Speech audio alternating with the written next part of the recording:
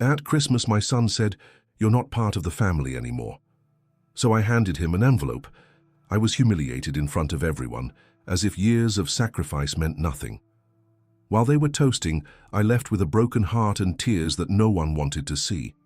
But when he read what I left, he discovered that he had expelled from the dinner the man who gave everything for him to exist. If you found this story interesting, don't forget to subscribe to our channel and tell us which city you're watching from. We continue.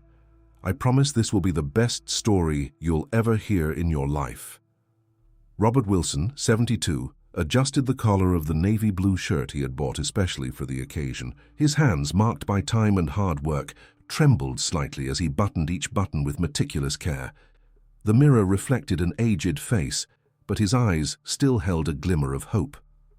It was Christmas Eve, and he was preparing for another family gathering at his only son's house, Michael. The small apartment in the Chicago suburbs, where Robert had lived for more than 4 decades, was as silent as always. Since the departure of Catherine, his wife, 15 years ago, silence had become his most constant companion. The walls held memories of a lifetime, photographs yellowed by time, simple but well-maintained furniture, and memories that only he could see. Robert walked to the dresser drawer and removed a brown envelope, worn at the edges from being handled so much. For years he had carried that envelope with him to every family gathering, waiting for the right moment to hand it over. Inside, he kept documents, receipts, and letters never sent that told the story of the sacrifices he had made for his son over the years. It wasn't a demand for repayment, he thought, but a testament to the unconditional love he felt.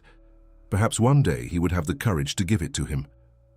With the envelope in the inner pocket of the worn suit jacket he reserved for special occasions, Robert closed the door to his home. In his arms, he carried colorful packages with carefully chosen gifts for his grandchildren, Nathan and Emma, ages 10 and 7.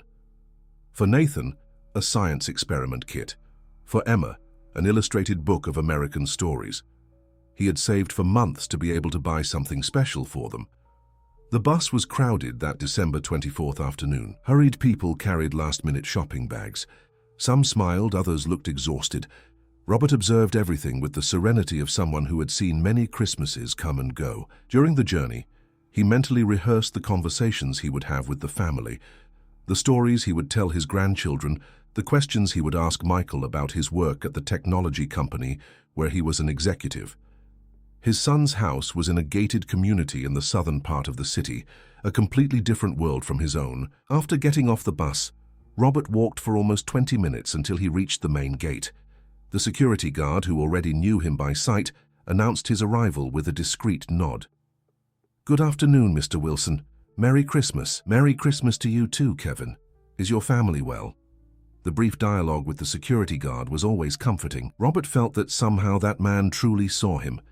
As he approached Michael's house, Robert felt a tightness in his chest.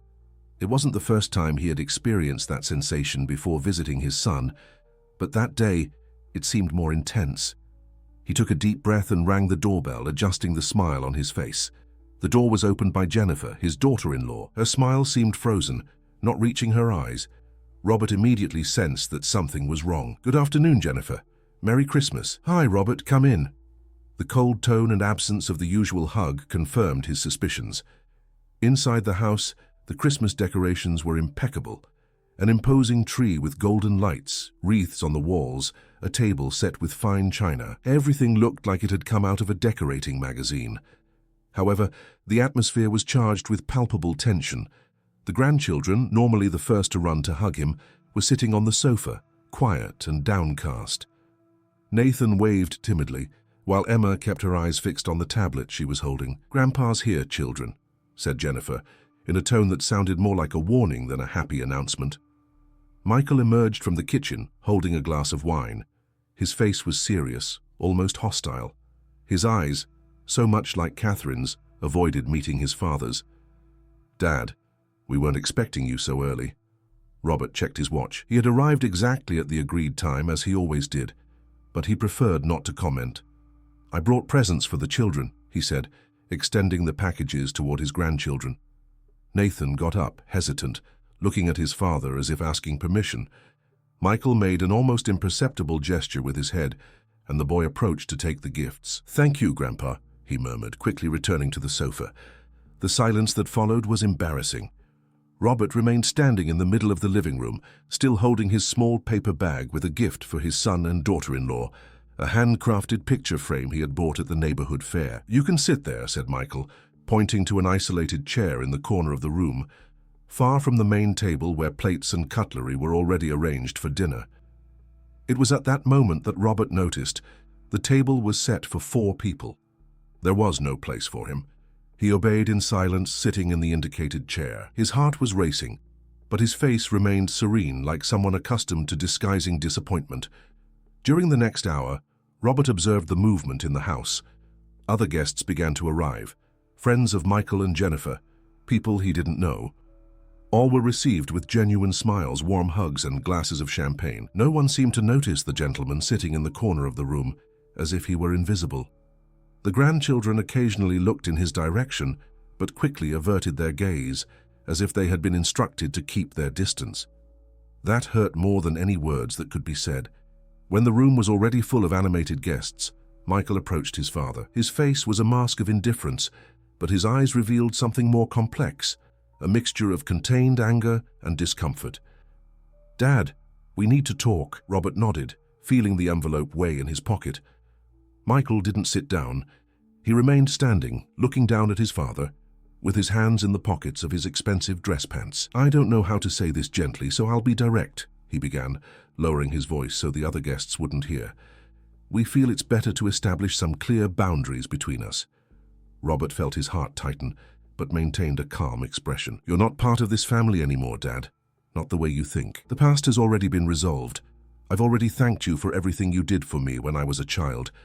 Now we need to move forward, without burdens." The words hit Robert like a physical blow. His breathing faltered for a moment, but he didn't show it. Years of hard work and silent sacrifices had taught him not to reveal pain.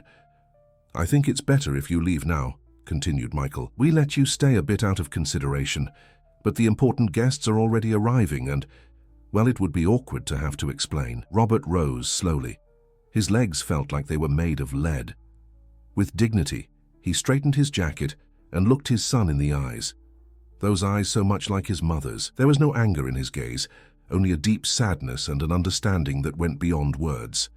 Without a word, Robert reached into the inner pocket of his jacket and took out the brown envelope he had carried for years. He looked at it for a brief moment, as if saying goodbye to an old friend, and handed it to his son. Michael took the envelope reluctantly, not understanding its significance. "What's this?" Robert didn't answer. He just stared at him with a serene look, though his eyes were moist. He turned and walked toward the door, passing by the guests who were chatting animatedly, oblivious to the drama unfolding.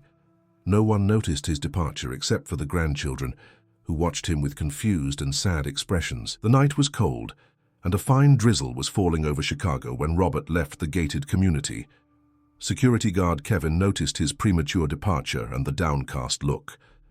"Leaving already, Mr. Wilson? The party's barely started." "Sometimes, Kevin, we realize we no longer belong in certain places. Merry Christmas to you and your family." The journey back home seemed endless. On the nearly empty bus, Robert observed the city lights through the window misted by the rain. Chicago was illuminated for Christmas, with colorful decorations in the streets and shop windows.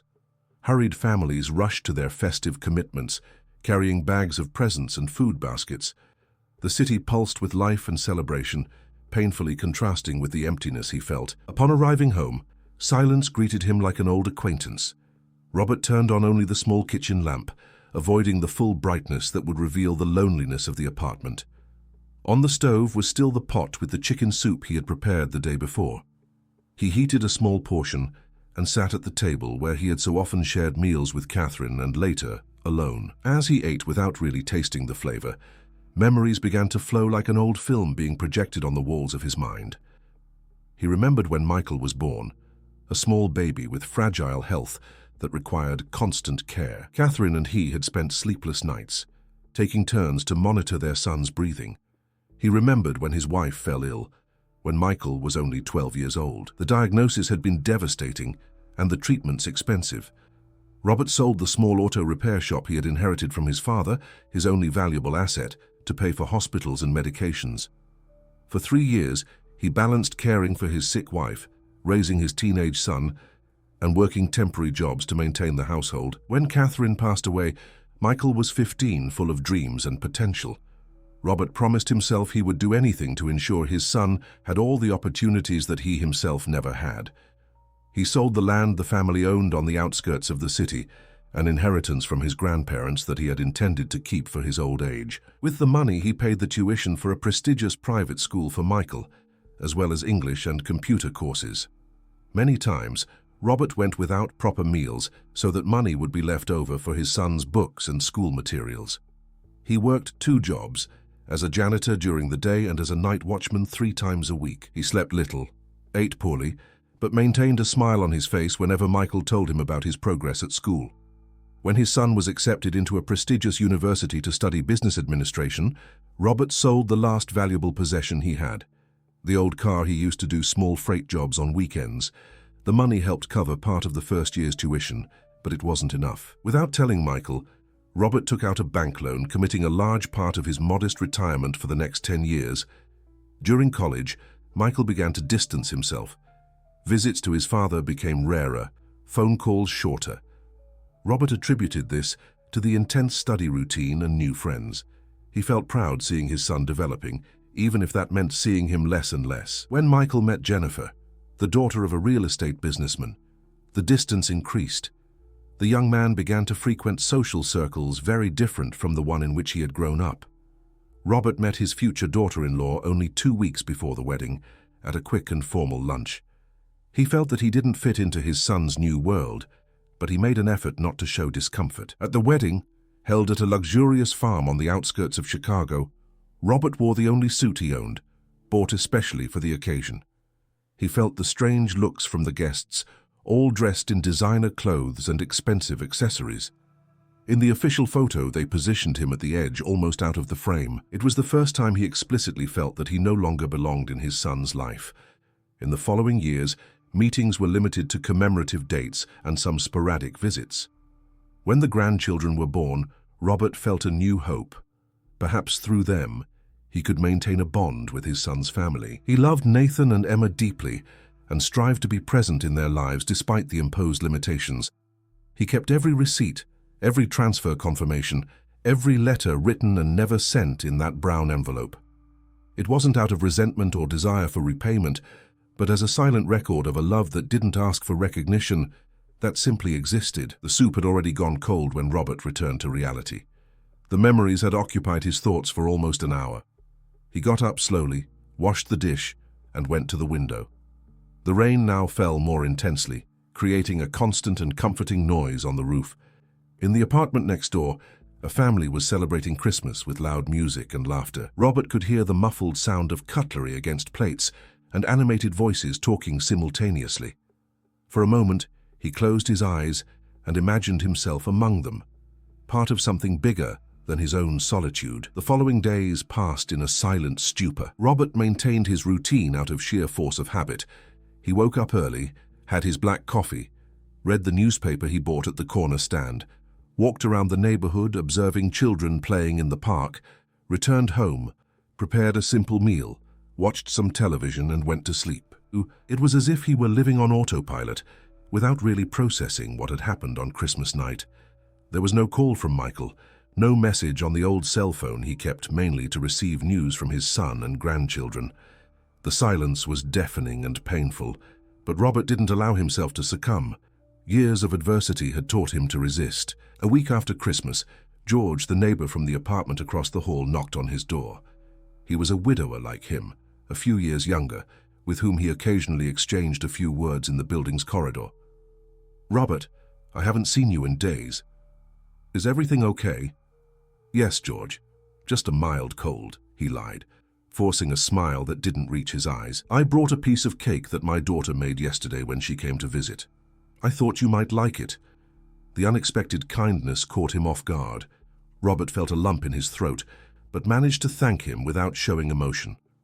He invited the neighbor in to share the cake, a brief but comforting company amid the solitude that consumed him. As January progressed, Robert felt that the days were losing shape and meaning. He woke up later and later, sometimes spent hours sitting in the worn armchair in the living room, staring at the wall without really seeing it. His life, which had always had the central purpose of caring for his son, now seemed empty of meaning. It was on a rainy January afternoon, almost 2 weeks after the incident at Michael's house, that the doorbell rang, surprising Robert. He wasn't expecting visitors. Maybe it was George again, or a delivery person confusing his apartment. Upon opening the door, he came face to face with Jennifer, his daughter-in-law. She was pale, with pronounced dark circles and red eyes from recent crying. In her hands, she held an expensive purse which she nervously clutched. "Jennifer, what happened?" asked Robert, genuinely concerned upon seeing the state of his daughter-in-law. She hesitated for a moment, as if gathering courage to speak. Her eyes avoided meeting his. "May I come in, Robert?" He stepped aside, giving way. The apartment was clean but simple, contrasting drastically with the luxurious house where she lived. Jennifer looked around, seeming to notice for the first time the modest conditions in which her father-in-law lived. "I'm sorry for showing up without warning," she began, sitting on the edge of the sofa when Robert invited her with a gesture. "I didn't know if you would answer my call." "I would always answer," he replied simply. Jennifer began to cry silently. Large tears ran down her well-groomed face as she tried unsuccessfully to contain them with her hands. "I came to apologize for what happened at Christmas. I knew of Michael's intention, he had told me days before, but I didn't have the courage to oppose him. I should have said something, should have prevented it." Robert remained silent, giving her space to continue. "Michael, he's not well. After you left and handed him that envelope, something changed. He opened it in the early morning, when everyone had already gone. I've never seen him like that." She paused, taking a deep breath to control her crying. "He spent the entire night reading the documents, looking at the receipts, the letters you never sent. At first he was furious, shouting, breaking objects. Then he locked himself in his office. He's been there ever since. He doesn't eat properly, doesn't talk, doesn't go to work. He just sits there looking at those papers, crying." The news brought no relief to Robert, only confirmed an even greater pain. His son hadn't pushed him away out of ignorance, but by conscious choice. For years, Michael knew of his father's sacrifices, but chose to ignore them, to erase them from his life narrative. "Robert, he needs you. We all need you." The children ask about their grandfather every day. They're confused, frightened by their father's behavior. He observed Jennifer with understanding eyes. The anger he might have felt didn't exist. Only a deep sadness and compassion for the pain the entire family was experiencing. "What did Michael say about the envelope?" Jennifer wiped away her tears with a tissue she took from her purse. "He said he didn't know how he could have been so ungrateful, that he doesn't deserve forgiveness, that he wasted years treating you like a burden, when in fact you sacrificed everything for him. I never knew the details, Robert. He never really told me how you raised him alone, how you sold everything you had to give him a quality education." Robert got up and went to the kitchen. He returned with 2 glasses of water, offering one to Jennifer. He needed time to process what he was hearing. "I didn't keep those documents to demand payment or embarrass Michael," he finally said. "I kept them because they were my memories, my history with my son. I thought that one day, when I was no longer here, he might want to know what happened behind the scenes of his life." Jennifer nodded, drinking some water. "You can't imagine how difficult it is at home. Michael seems like a ghost wandering through the rooms. The children are scared. Nathan especially is very affected. He's 10 years old, he understands more than we'd like." As if summoned by the conversation, Robert's phone rang. It was a number he didn't immediately recognize. He answered hesitantly. "Hello?" "Grandpa." Nathan's voice sounded from the other end, small and unsure.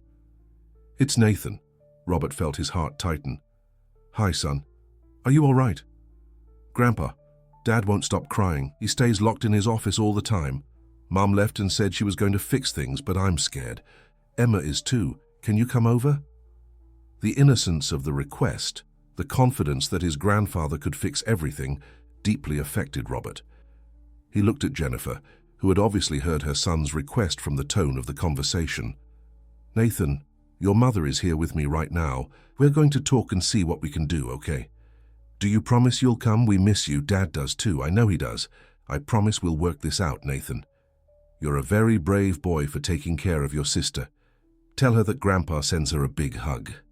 After hanging up, Robert and Jennifer remained silent for a few moments. The grandson's sincere request had created an unexpected bridge between them.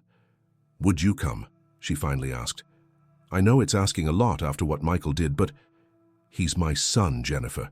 No matter what happens, that will never change." Robert's decision wasn't driven by wounded pride or a desire to see his son humiliated. It was simply what it had always been: unconditional love. The same love that had made him sell everything he owned.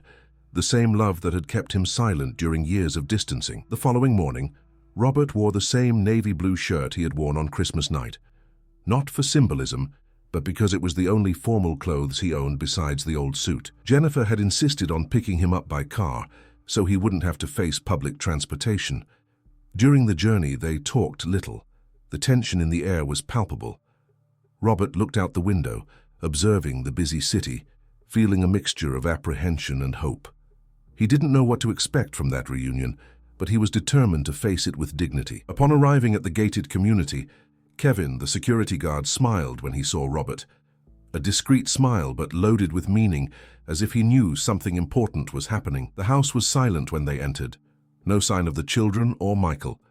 Jennifer indicated that he should wait in the living room while she went to call her husband. Robert was left alone, observing the environment that just 2 weeks before had been the scene of his humiliation. He heard hesitant footsteps coming down the stairs. Michael appeared, almost unrecognizable. He had lost weight. His face was pale and haggard, with an unshaven beard and deep dark circles. In his hands he held the brown envelope, now even more worn than when Robert had handed it over. Father and son looked at each other in silence for a long moment. There was so much to be said, so many contained emotions, that words seemed inadequate, insufficient. "Dad." Michael's voice was hoarse, as if he hadn't used it in days. "I don't even know where to begin." Robert remained calm, waiting. He wasn't there to judge or condemn, only to listen. "I read everything," continued Michael, slightly raising the envelope.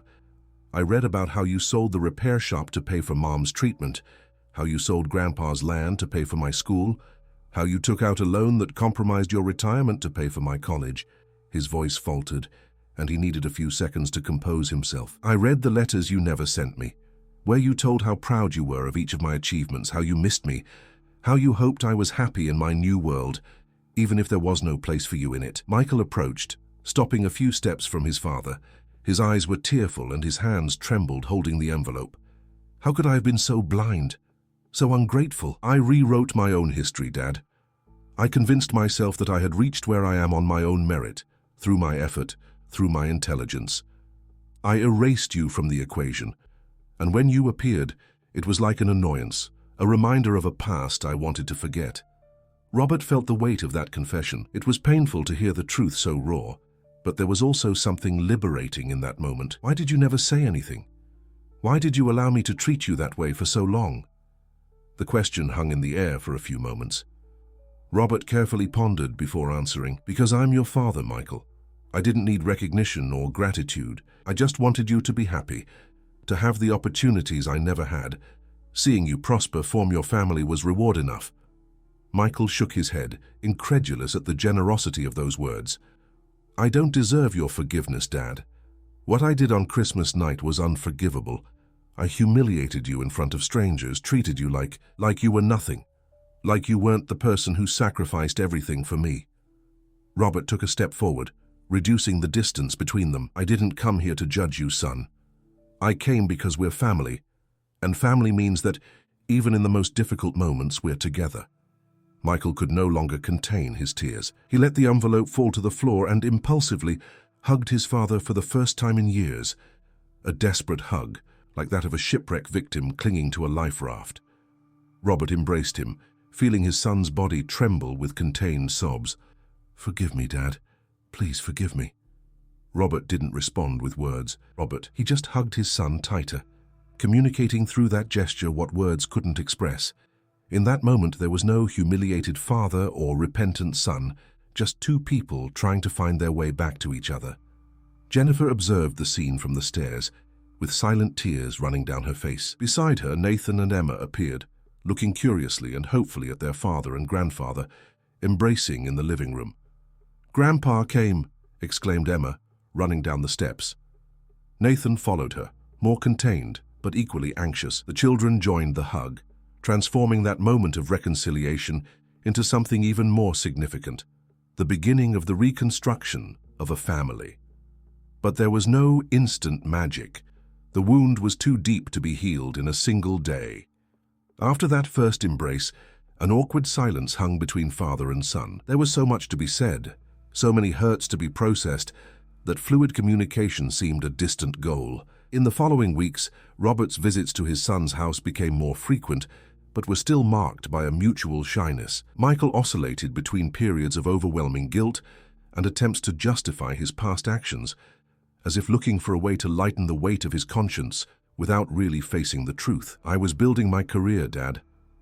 I needed to distance myself from the past to be accepted in that world," he said during one of their meetings as they drank coffee on the porch. Robert just nodded, neither agreeing nor disagreeing. He knew his son needed to find his own way through that labyrinth of confused emotions. At other times, Michael tried to compensate for the years of neglect with material gestures. He offered to renovate his father's apartment, to buy him a new car, to pay for an international trip. A dream that Robert had casually mentioned having in his youth. "I don't need those things, son," Robert responded with gentleness but firmness. "It was never for money or material comfort that I missed you." That response left Michael disarmed, not knowing how to proceed. For a man accustomed to solving problems with money and influence, facing a situation where these resources were useless represented a disconcerting challenge. It was through the children that the first real bridges began to be built. Nathan and Emma, free from the weight of guilt and pride that afflicted the adults, naturally approached their grandfather. On weekends, Robert was invited for lunches and dinners. The children competed for his attention, asking for stories about when their father was little, about the grandmother they never knew, about the America of other decades. "Grandpa, is it true that Dad was terrible at math when he was a kid?"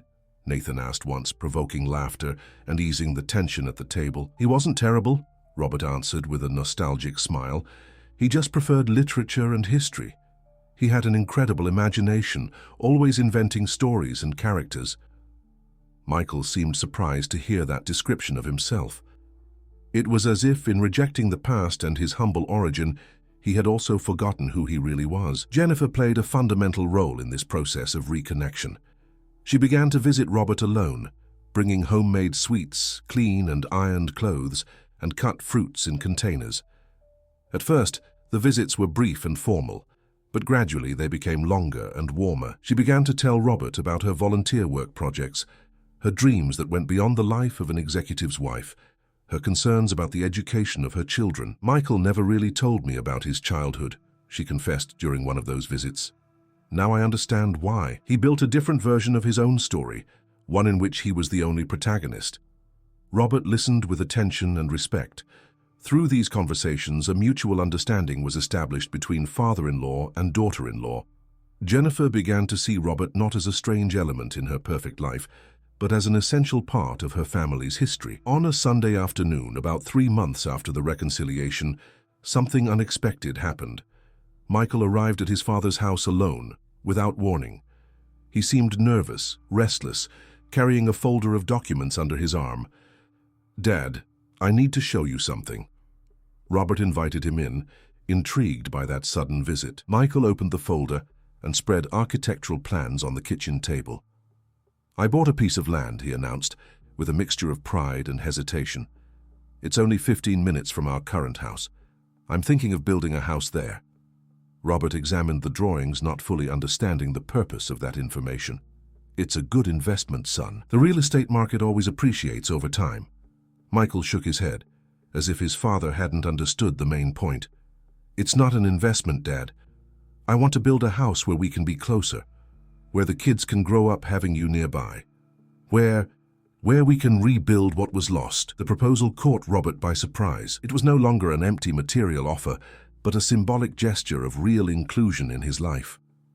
"The land has space for a smaller construction in the back, with an independent entrance," continued Michael, pointing to a detail in the plan. "It would be your space, Dad, to live close to us but maintaining your independence." Robert felt his eyes moisten. It was the first time his son had shown he truly understood what he wanted. Not expensive gifts or grand gestures, but simply to be part of it, to be present, to be family. "It's not an offer of charity," Michael hurried to explain, noticing his father's emotion.